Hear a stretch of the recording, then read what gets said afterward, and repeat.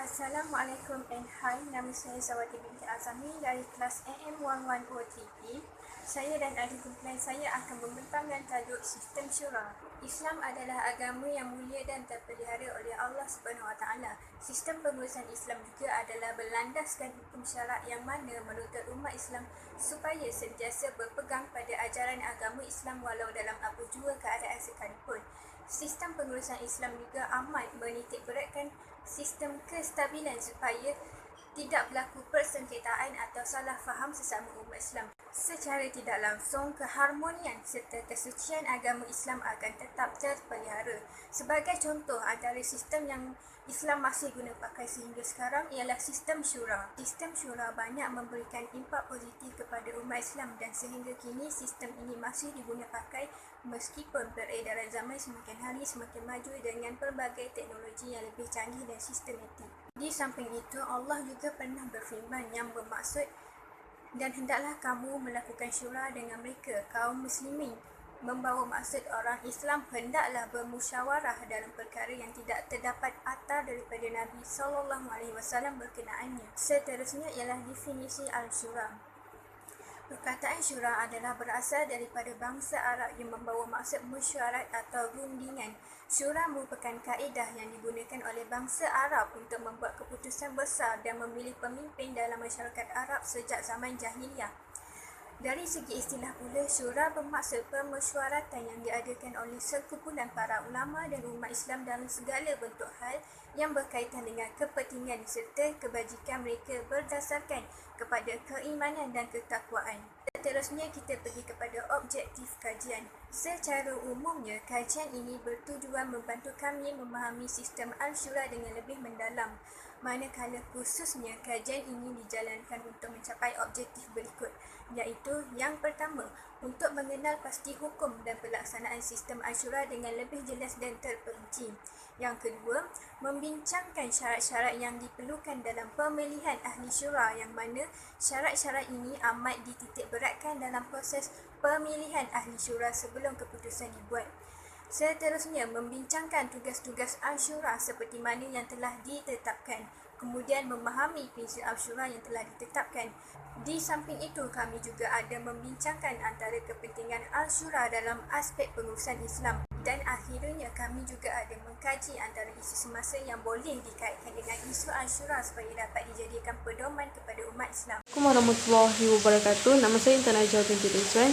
Jadi saya akan membentangkan tentang hukum dan pelaksanaan al-syura. Bagi hukum syura ialah wajib ke atas pemimpin dan umat Islam berdasarkan firman Allah Subhanahu Wa Taala yang bermaksud bermesyuaratlah dengan mereka dalam urusan. Terdapat dalam surah Ali Imran ayat 159. Bagi pelaksanaan sistem al-syura tidak terletak pada satu kaedah sahaja, ianya terdapat pelbagai kaedah yang dapat digunakan.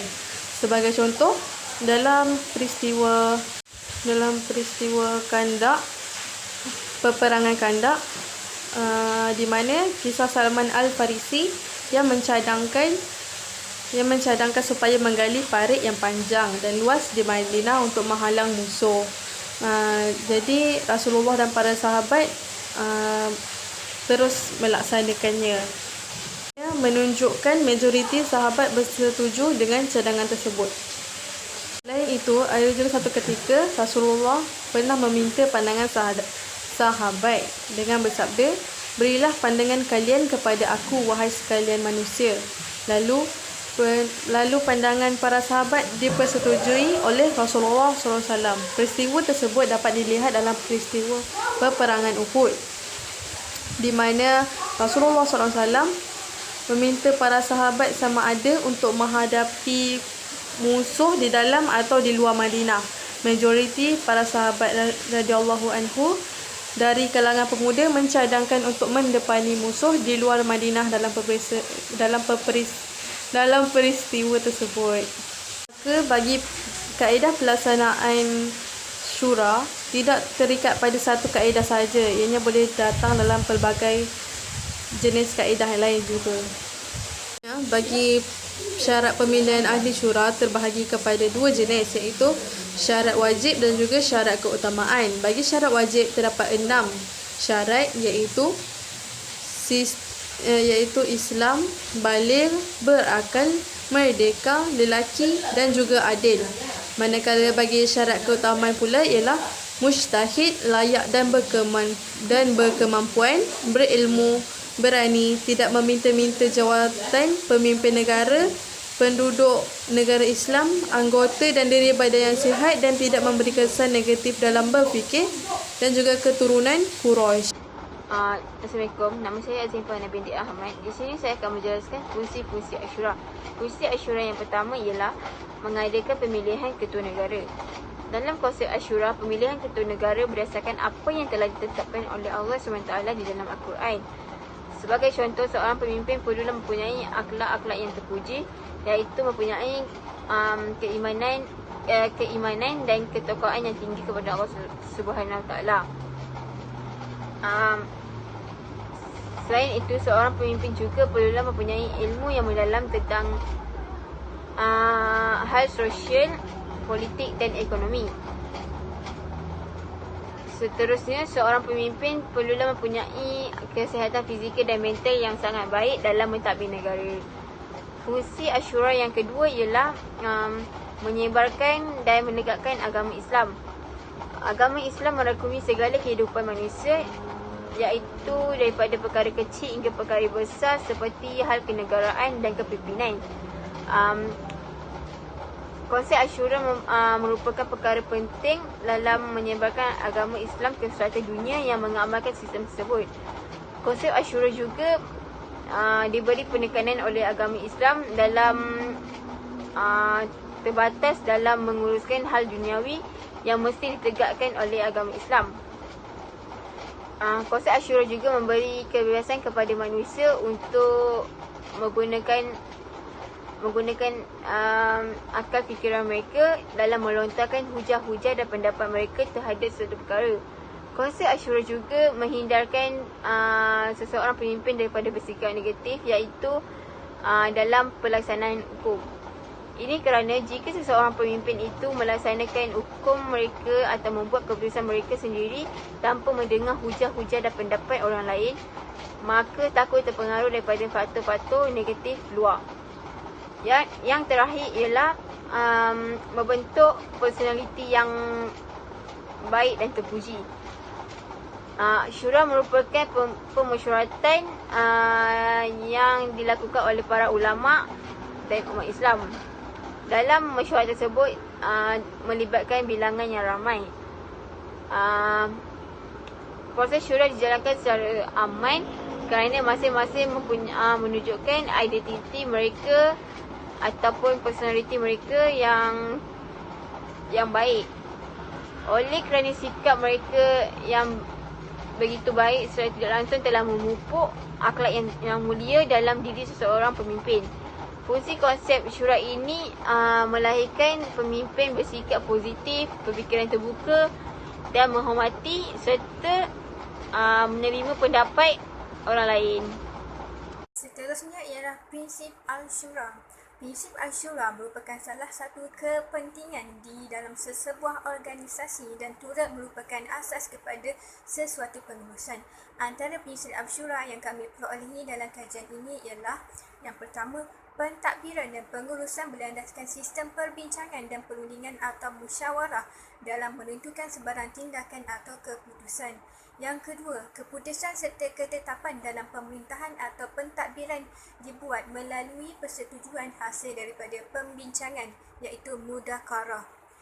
Seterusnya, kesepakatan, kesefahaman serta kesatuan pendapat dan pandangan dalam menangani serta menyelesaikan sesuatu isu. Kemudian, mengutamakan Al-Quran dan Al-Sunnah sebagai asas, sandaran dan sumber rujukan dalam membuat pertimbangan bagi menentukan keputusan. Seterusnya, menggunakan kebijaksanaan hikmah dan sifat lemah lembut, mau'izah semasa mengemukakan pendapat, pandangan dan pendirian dalam perbincangan. Okey, seterusnya keputusan dan tindakan yang diambil atau diputuskan hendaklah mengutamakan kepentingan kepada maslahat umum. Akhir sekali, menghormati dan menghargai pandangan, pendapat serta nasihat yang diketegakkan oleh orang lain. Seterusnya saya akan menceritakan tentang kepentingan Ashura. Jadi kepentingan Ashura yang pertama dapat mendekatkan rakyat dengan pemerintah. Musyawarah membawa masyarakat lebih dekat antara satu sama lain dan memberi kesempatan bagi mereka untuk menyuarakan pandangan tentang permasalahan yang menyangkut masyarakat umum. Jadi, keputusan musyawarah tidaklah tertakluk kepada keputusan pemerintah sahaja, tapi turut mengambil kira pendapat dari orang-orang bawahan termasuk rakyat. Selain itu, kepentingan syura yang lain ialah untuk menegakkan dan menyebarkan agama Islam. Syura berperanan dalam menegakkan Islam ke seluruh tempat yang mengamalkan sistem ini. Dalam sesuatu permasalahan, syura memberi hak untuk manusia berfikir dan menggunakan kebijaksanaan mereka dengan memberi pendapat. Seterusnya, kepentingan syura yang lain ialah sebagai penasihat dan kepimpinan Islam. Ianya berperanan sebagai penentu arah dalam sesuatu kepimpinan. Syura dilihat sebagai penasihat bagi keputusan yang dibuat oleh seseorang pemimpin dalam kepimpinan dan sebagai medan perbincangan, strategi dan pengurusan kerja dalam sesebuah kepimpinan Islam. Seakhir sekali, ianya dapat membentuk akhlak mulia dalam kepimpinan. Kepimpinan dapat dilihat di dalam kalangan mereka yang fikirannya terbuka, saling menghormati pendapat orang lain, mengambil kritikan dari sudut positif dan sebagainya. Jadi, sekian daripada saya, Intan Najwa. Assalamualaikum warahmatullahi wabarakatuh. Saya Nur Ashikin binti Muhammad Isa dari kelas AM 1103P. Bagi kertas kerja CTU 263 kami yang bertajuk Sistem Ashura Tonggak Kegemilangan Kerajaan Islam. Saya akan menerangkan serba sedikit mengenai bahagian saya, iaitu kesan pemerintahan Ashura dalam pengurusan Islam dan serba sedikit isu-isu yang berkaitan dengan konsep Ashura ini. Kesan pemerintahan Ashura dalam pengurusan Islam yang pertama ialah dapat memberi pendedahan yang meluas mengenai konsep Ashura ini. Seperti yang kita sudah maklum, syura memainkan peranan yang penting dalam memberi pendedahan kepada orang ramai, terutamanya kepada orang bukan Islam. Sebagai contoh, pekerja yang bukan Islam bekerja dalam sebuah organisasi boleh melihat sendiri bagaimana proses Ashura ini dijalankan. Di samping itu, mampu menunjukkan bahawa syura adalah konsep yang adil dan berkesan untuk memutuskan sesuatu keputusan. Kesan pemerintahan Ashura yang kedua pula ialah dapat mempercepatkan proses membuat keputusan dengan lebih efektif. Keputusan yang cepat sangat diperlukan dalam sebuah organisasi bagi mencapai matlamat yang mereka inginkan, dan keputusan juga adalah berdasarkan kepada pandangan majoriti. Setiap ahli perlulah memberi kerjasama serta menerima pandangan orang lain bagi mempercepatkan proses membuat keputusan. Keputusan yang cepat juga dapat mengelakkan perselisihan faham dan kekeliruan antara ahli-ahli. Di samping itu, pandangan orang ramai lebih baik daripada pandangan seorang ahli. Seterusnya, kesan pemerintahan Ashura dalam pengurusan Islam yang ketiga ialah dapat meningkatkan komitmen setiap pekerja dengan lebih baik. Setiap ahli pekerja mampu berfikir secara rasional apabila mereka merasakan bahawa keputusan dapat dicapai dengan lebih baik apabila berbincang bersama-sama, bukannya secara individu. Selain itu, ianya juga dapat mengelakkan percanggahan pendapat kerana setiap ahli syura telah sebulat suara untuk bersetuju dengan keputusan yang telah dibincangkan. Pekerja juga akan memberi komitmen yang sangat tinggi apabila mereka saling menerima pandangan orang lain. Kesan Ashura yang terakhir iaitu yang keempat ialah dapat mewujudkan sikap profesional dalam kalangan pekerja dan majikan, iaitu di mana pekerja mempunyai perbezaan dari segi pendapat dan idea masing-masing. Konsep ini juga mampu melatih setiap pekerja bersama-sama berkongsi pandangan dari sudut yang lain. Dari aspek majikan pula, mereka perlulah berlaku adil dalam mempertimbangkan pendapat-pendapat pekerjanya untuk mengelakkan masalah pilih kasih. Selain itu, majikan juga berperanan sebagai pemimpin dalam organisasi bagi mewujudkan suasana yang kondusif, dan keputusan juga dapat dibuat berdasarkan kepada pandangan majoriti ahli Majlis Al-Shura. Seterusnya, antara isu-isu yang mengamalkan konsep Ashura iaitu di mana melibatkan peristiwa Rasulullah SAW. Peristiwa yang pertama ialah peristiwa peperangan Uhud yang melibatkan Rasulullah SAW dan para sahabat yang lainnya, di mana baginda ingin menetap di kota Madinah.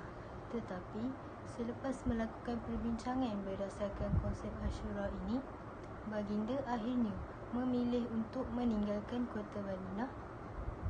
Konsep Ashura ini terbukti bahawa menunjukkan baginda juga membuat keputusan berdasarkan pandangan ahli majoriti para sahabat yang lainnya.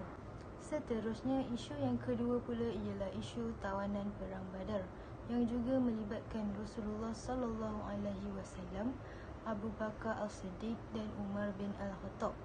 Terdapat dua pandangan di dalam situasi ini, iaitu di mana Abu Bakar As-Siddiq berpendapat untuk tidak membunuh tawanan pada masa itu, tetapi Umar bin Al-Khattab pula berpendapat sebaliknya. Dengan menggunakan konsep Ashura ini, Rasulullah SAW akhirnya telah bersetuju dengan pandangan Abu Bakar As-Siddiq selepas melakukan perbincangan melalui konsep Ashura ini bersama-sama dengan para sahabat yang lainnya. Itu sahaja penerangan daripada saya. Sekian, terima kasih. Kesimpulan, sistem syura memainkan peranan penting dalam tonggak kegemilangan kerajaan Islam.